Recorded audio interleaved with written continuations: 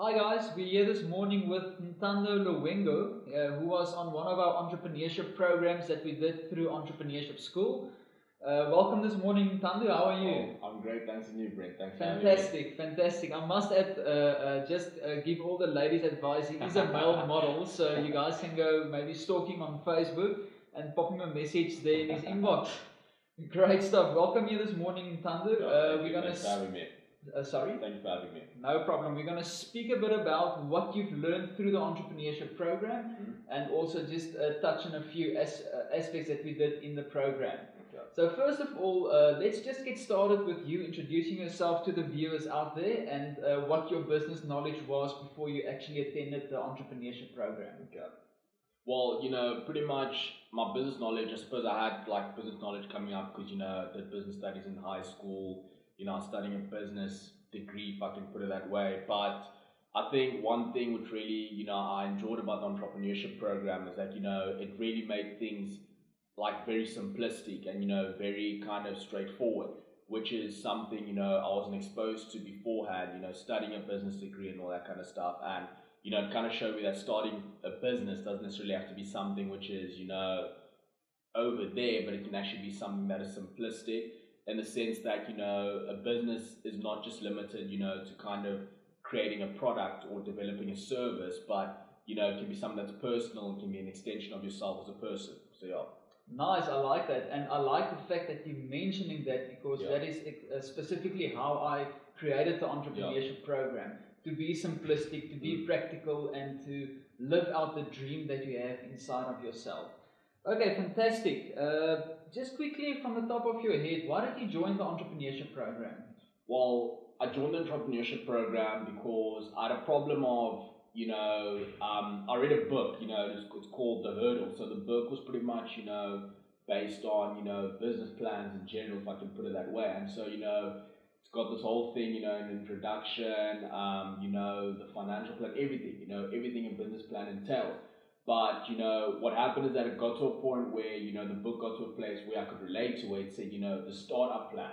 And, there was very little detail in terms of the startup plan, which is where I am right now, where, there was a lot of information on, how to develop a business plan for a business that's been running for years, how to kind of go about your day-to-day activities. And then it got to the startup kind of plan of like the startup plan, placed in the book. And, it just pretty much stated, it doesn't have to be as long as a big business plan, and it didn't necessarily tell me how to compile a startup business plan. I think that's where the entrepreneurship program really helped me in kind of, to compile my startup template in terms of, it doesn't have to be as complex as a 100-page document, where you detail a whole lot of stuff which isn't really relevant to where I am right now. Okay, great stuff. That's good news. If you join the entrepreneurship program, that is. So basically, we touched on a few phases in the entrepreneurship program, and the first one was the business planning phase. Were you surprised at what was truly entrepreneurship and what you thought was entrepreneurship before you started the program? Well, like I already said, is that, I think the program helped me to realize that, entrepreneurship isn't just limited to, developing a product or a service, but, entrepreneurship is also an extension of yourself, where, I think you used the example of Steve Jobs, where, the man was very simplistic and, he was a very innovative guy who liked to challenge the status quo. And, today when we look at Apple as a brand and as a company, that's exactly what we see. So we see that, it was an extension of him, and, through that, pretty much still living on even long after he's gone. Yes, for sure. Okay, great stuff. We also did, in the business planning phase, we went through a business startup blueprint, a business startup plan, and business financial analysis. Was that practical and was that helpful for you? Yeah, I think it was very, very practical in the sense that, it breaks everything down, into the specifics, if I can put it that way. Especially with the financial plan, if I can put it that way, that, probably one of the most important things, because you're in business to kind of, generate revenue and hopefully, break even and make a profit. And I think in that sense, it made a lot of sense for me personally, and it was very specific in the sense that, it showed me what I needed or what was relevant and what was irrelevant. Okay, great stuff. We also then moved over to business preparation, where Yeah. we touched on finance and compliance and tender knowledge as well. One of the general things in South Africa is that you need a lot of money to start business. Do you believe now it's possible to start your business without any funding? Well, yes. I mean, you mentioned a term bootlegging, which is pretty much, starting what you have and, hustling. Yes, if I can for put sure. it that way. And I mean, I think that really taught me a lot. Where we spoke about Steve Jobs and Wozniak, where they pretty much they started in the garage, and I mean they used what they had, and through that they learned a lot more in terms of how to run a business. And I think you mentioned another company where they had, I think, a marketing budget of about $200 million or rands, if I'm not mistaken. And that company literally, they went under because, they had all this money in the world where, every time they made a mistake, they were like, oh, it's just $2 million down the drain. Yeah. And eventually they realized, oh, there's no money left. And, when you look at Wozniak and, Jobs, where they had very little money, so they had to use every single, cent, like wisely, if I can put it that way, in that sense. Exactly. I think in that sense, I learned a lot in terms of, kind of bootlegging and, hustling to start your business. You don't necessarily need funding to start your business. Just use what you have and make the most of it. For sure, for sure. We also did compliance. Yeah. And now with your previous knowledge, do you know anything about compliance? To be honest, I knew very little about compliance, because it's something that's very important, because it can really hurt your business down the line. If you kind of start a business and you don't kind of go through the compliance, channels, if I can put it that way, where you go down the line and you're applying for certain things and stuff like that, and then you get in there like, where's this document? And you don't have it. And I mean, it can really kind of shut a lot of doors for you if your business didn't go through the right compliance channels, if I can put it that way. So I think the compliance, kind of segment of the program is very insightful for me. For sure. I'm going to put you on the spot now. Okay. What compliance do you need to start? You must think carefully now. Okay. I think you have to register your company. Yeah, for sure. That's the one thing. Yeah, you register your company, and then you register your brand. You find out if there's any other brand which is pretty much got the same thing running and stuff. That's like trademarking, that. yeah. Trademarking, yeah. And then also you want to set out your shares. Yeah, exactly. And you do that through the share certificate. Share certificate. So yeah. Okay, no problem. Fantastic. But it's good to see that you get your compliance structure in place. Yeah. That you get going in the right direction from the start. Yeah. We moved then over to the branding, which we did the other day. Yeah. I think that was quite a good session. Very what was your knowledge and your perspective on brands?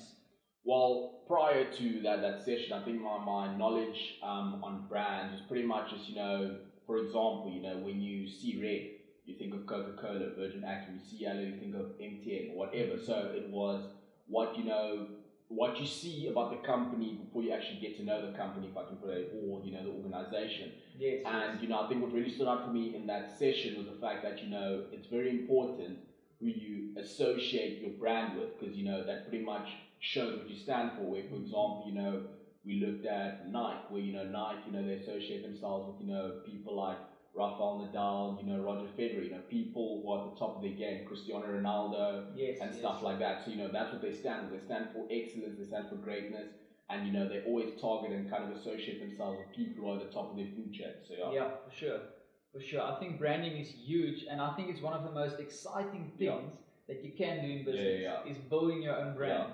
That's beautiful. Okay, fantastic. And then also with the business preparation, when it comes to systems, 80% of the reason why small business fails is due to a lack of systems. Do you believe that the Entrepreneurship Programme gave you sufficient system advice to actually be one of the success companies that goes through the startup phase?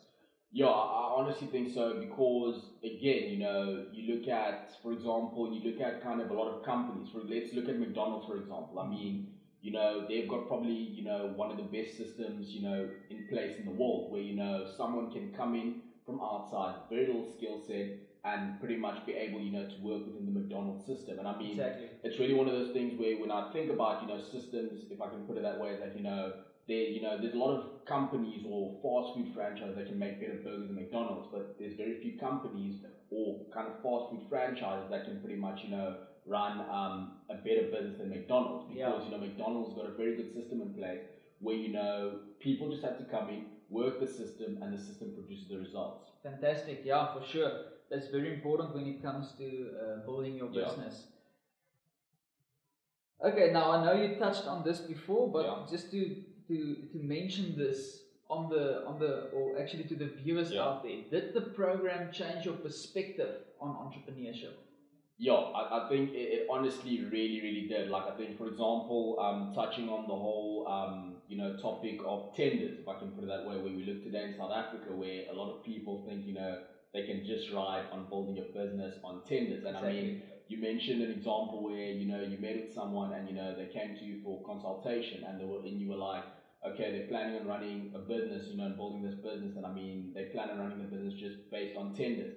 And you ask them the question of, okay, well then what happens if your competitor gets the tender? And the guy was like, well, I didn't think that far. Yeah, I remember that, yeah. Exactly. So I mean, I think in that sense, it really kind of taught me, that you can't run a business just based on one channel, if I can put it that way. So you have to develop different channels and, pretty much, identify which are the most important channels.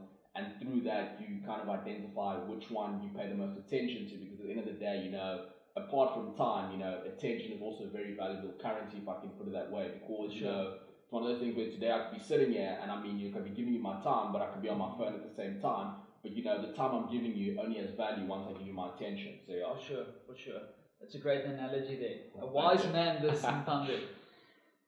Now, the main question that I have for you actually today for this interview is, did you discover an entrepreneur inside yourself? Well, yeah, I think one of the main reasons why I kind of joined the program, or, I decided to take it up, was that, I always believed that, there was an entrepreneur inside of me. So I think the program really helped me to kind of, dig deeper into, discovering more about the entrepreneurship that I believe was inside of me. And I mean, having kind of, learned about different things, in the program and stuff like that, it really kind of gave me a lot more insight and information in terms of how, to kind of unravel and uncover that entrepreneur and kind of, develop him to kind of, do the best that he can possibly do in running in South Africa, be it in South Africa or be it, a global business, if I can put it that way. Fantastic. And the second important thing that this program must do is it must answer the following question, which I will ask you. Did the program answer the question on how do you start a business in South Africa? Yeah, I think personally it really, really did, because it's one of those things where there's a lot of things which are highlighted in the program, such as compliance and, applying for tender documents, which are a channel, not the only channel in running your business, but, are a particular channel which can be an asset to your business, stuff like that. So I think, personally it really, really did. And, it gave me a lot of information, a lot of things which I didn't know about in terms of, going about running a business in South Africa, in terms of documentation and stuff like that. So I think it was really helpful, and it really did answer the question. Great stuff. So guys, there you have it, out of the horse's mouth, what the Entrepreneurship Program did for Ntando over here. We specifically didn't go into the idea of his business because it's a very delicate niche idea which can be stolen from anybody out there in the tech world. That's why I didn't go into the business idea itself, but we will be following Ntando very closely over the next following months as he launches his business through the Entrepreneurship School to see what the success is of your startup business. So thanks again for coming in, Ntando. I really appreciate it, and I appreciate you taking part in the Entrepreneurship Program. To register for the Entrepreneurship Program, you can go to our website at www.entrepreneurshipschool.co.za. You can also contact us directly at 021 974 6300 or send us an email at info@entrepreneurshipschool.co.za. Make sure you register before the next kickoff date. I hope to see you in the course, and I want to encourage you to go confidently in the direction of your business dream.